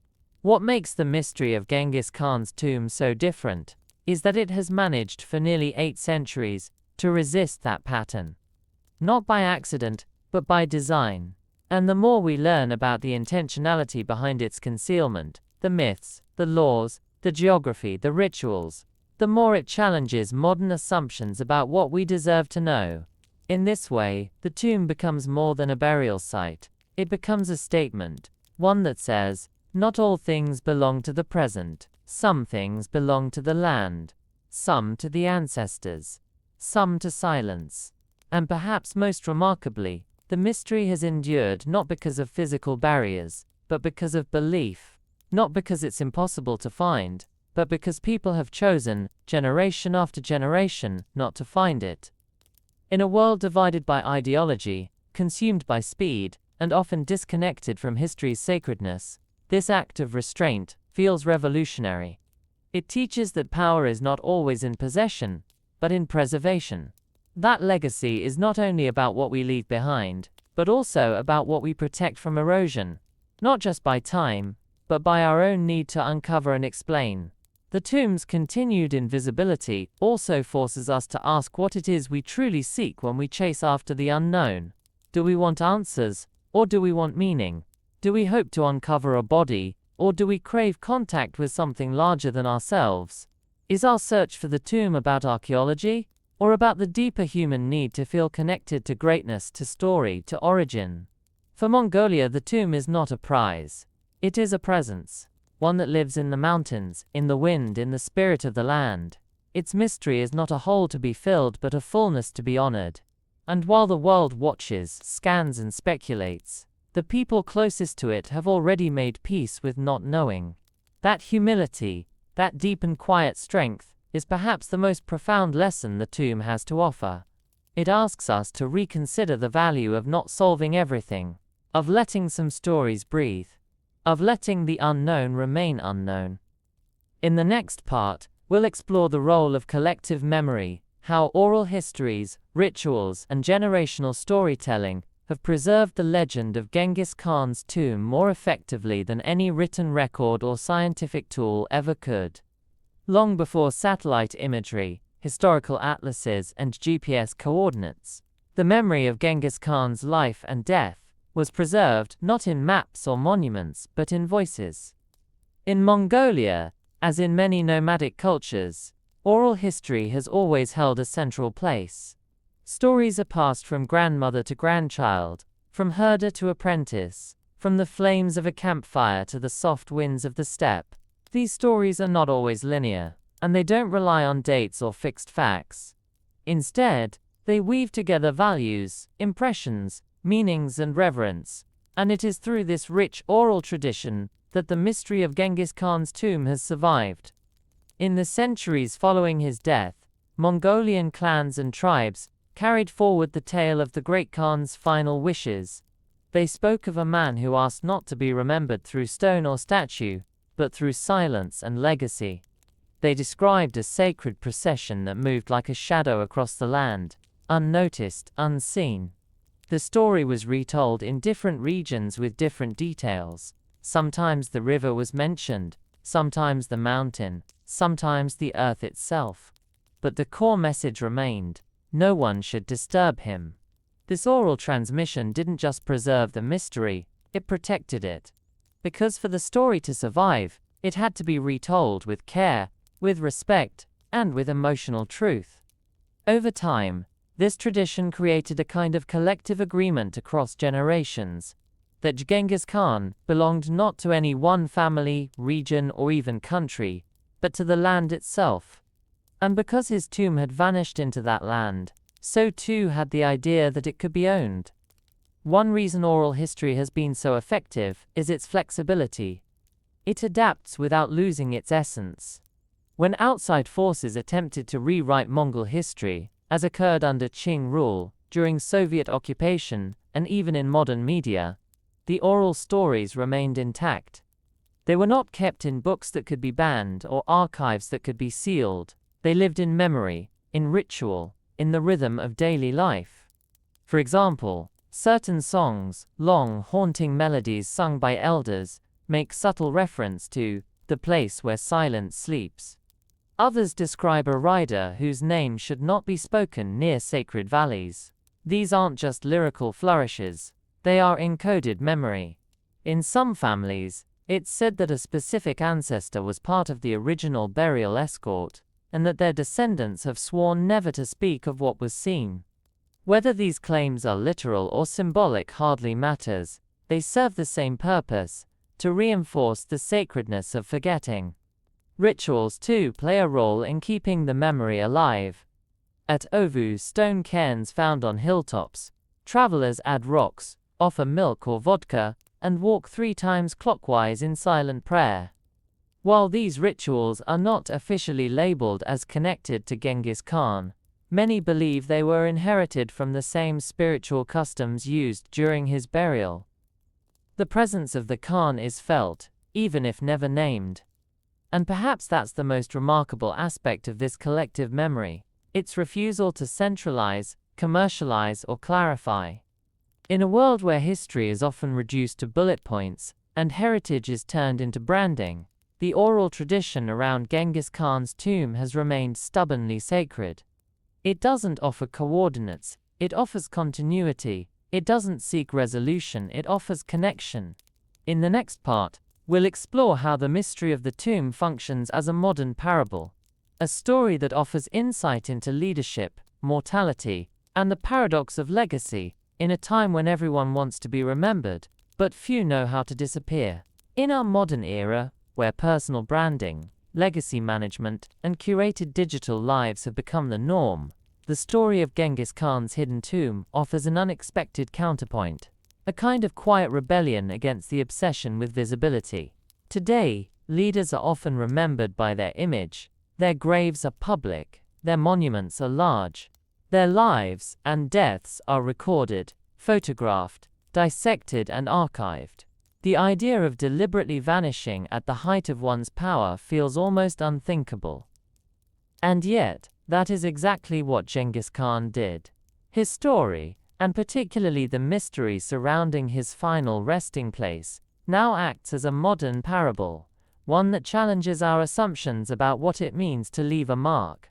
Most people remember Genghis Khan as a conqueror, and rightly so.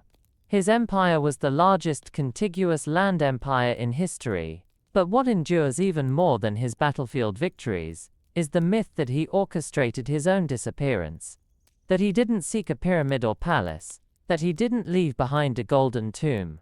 He left behind a world forever changed, and then allowed the earth to reclaim him. In that decision lies a profound kind of leadership, one that recognizes the difference between power and ego, between control and legacy. Genghis Khan could have built the greatest tomb the world had ever seen. He had the resources, the architects, the vision. But instead he asked to be buried in secret, without a marker, beneath soil and silence. What leader today would dare to vanish like that? In this way, the tomb becomes a parable of humility, not weakness, but intentional humility. A humility that says, I did what I came to do, and I need no shrine to prove it. Let my story live in what I built, not in where I lie. The mystery also speaks to a more personal truth, one that resonates far beyond rulers and empires. We all wonder how we'll be remembered. We all, in some way, fear being forgotten. And yet, Genghis Khan's story suggests that perhaps the most lasting legacy is not carved in stone, but carried in memory, in values, in the shape of the world we leave behind. His absence has become his presence, his hiddenness, his power. People talk about his tomb more than they talk about many leaders' lives. And what draws them in is not gold, not glory, but the idea that some part of him remains untouched, that even in death, he kept control, that he rode into history, then slipped behind the curtain, forever, just out of reach. For those who study leadership, this story invites reflection. Is greatness about being seen, or about being felt? Is impact about visibility, or about depth? And when we talk about immortality, are we talking about fame, or about something else entirely? Genghis Khan's tomb, if it exists in any single place, is a riddle. But as a concept, it's an answer. A lesson about restraint, reverence, and the extraordinary power of letting go. In the next part, we'll trace the emotional and psychological dimension of the search, how generations of seekers, researchers, and locals have formed deep personal connections to the mystery, often finding something more meaningful than a tomb. For many of those who have searched for Genghis Khan's tomb, whether professional archaeologists, amateur historians, spiritual pilgrims, or locals raised on legend, the journey has become more than a quest for discovery. Over time, it has transformed into something deeply personal, emotional, and even healing. The mystery of the tomb, in its elusiveness, offers not just a historical challenge, but a kind of mirror, one that reflects the seeker's intentions, beliefs, and hopes back at them. Some come to the mountains of Khenti believing they might be the one to find it. They bring equipment, maps, and historical texts. Others arrive with nothing but silence, looking for a connection to their ancestors, or perhaps to a larger story in which they themselves might belong. And then there are those who don't come to find the tomb at all, but to sit near the rivers, walk the pine-covered paths, and simply feel what it means to be near something sacred. For these people, the tomb becomes a symbol of stillness in a chaotic world, a place where not knowing is allowed, where questions don't need to be answered to be meaningful. Mongolian locals who have lived their whole lives near these sacred lands often express this with quiet clarity. When asked whether they want the tomb to be found, many will respond with a simple shake of the head. It's already where it's supposed to be, one herder said. Why would we move it just to see? Others tell of moments when they felt his presence, not visually but emotionally. A sudden gust of wind while offering at an ovu. The sense that they are being watched while crossing a certain valley. A dream in which a man on horseback appears, but never speaks. These stories aren't meant to prove anything. They're not evidence. But they are meaningful. They show that the legacy of Genghis Khan's resting place is not just about location, it's about relationship. A relationship between past and present, between man and land, between silence and story.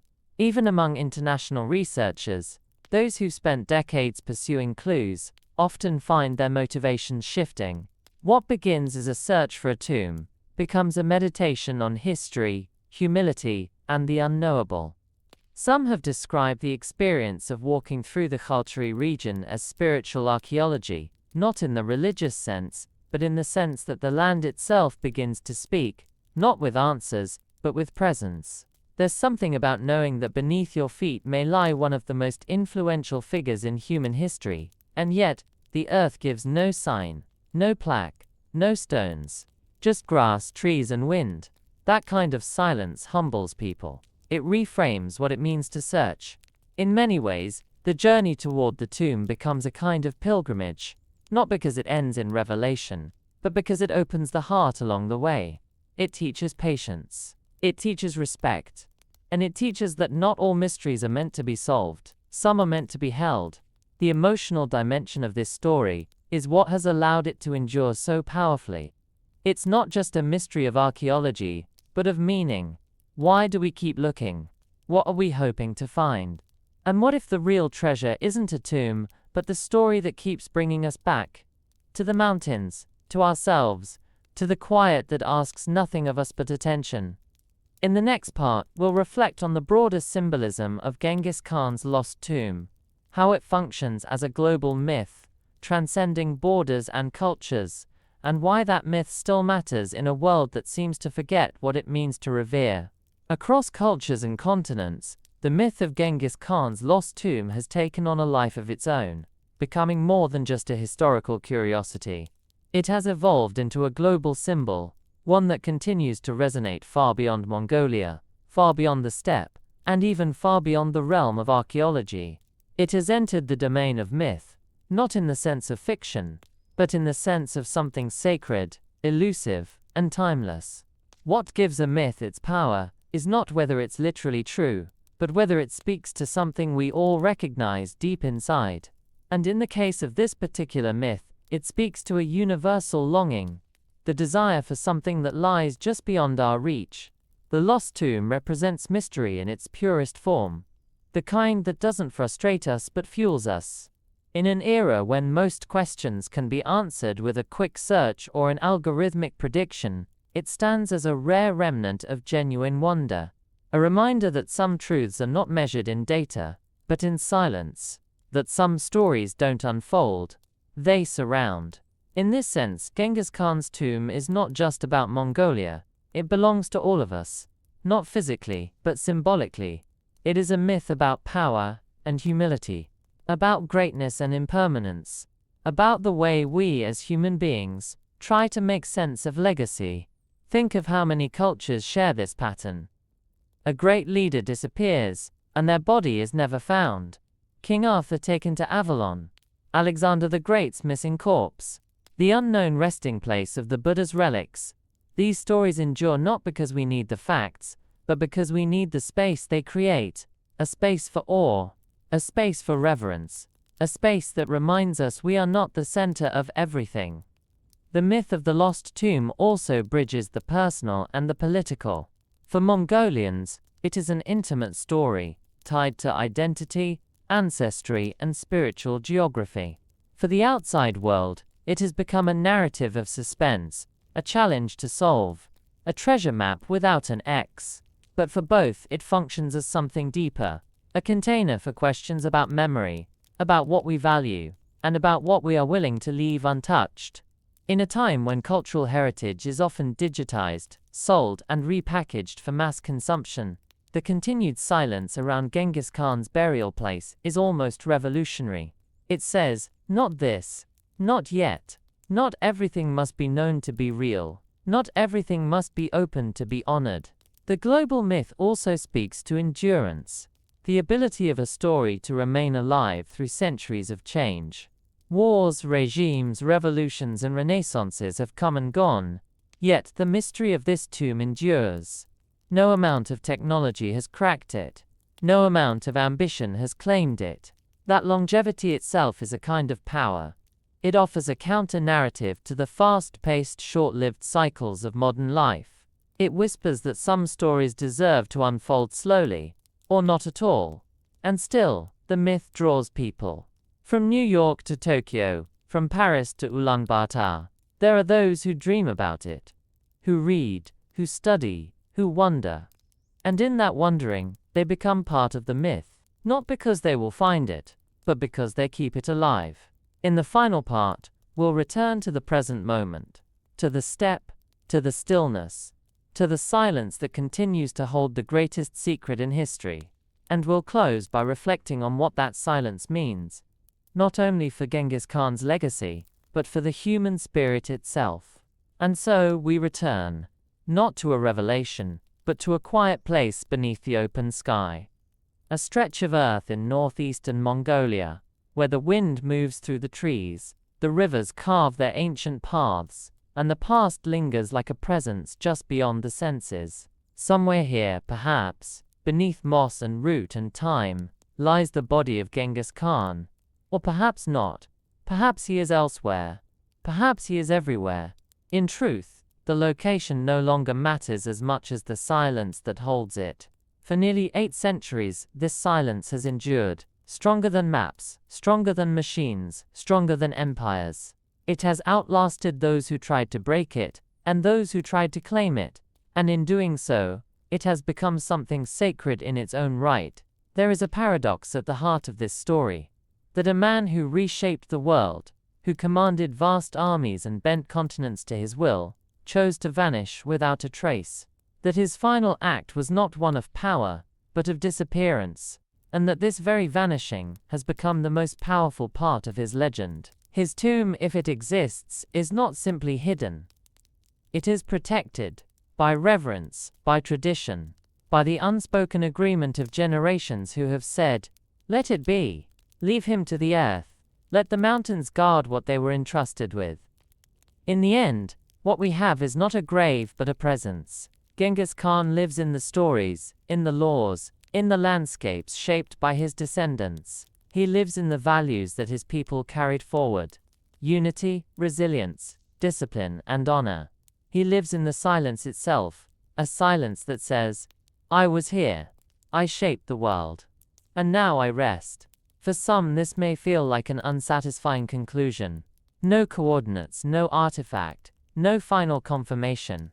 But perhaps that's the point. Some mysteries are not meant to be solved. Some are meant to be honored. In a time when we seek to expose every hidden thing, the lost tomb of Genghis Khan reminds us of the power of restraint, of letting the unknown remain, of trusting that not all truth needs to be spoken aloud to be real.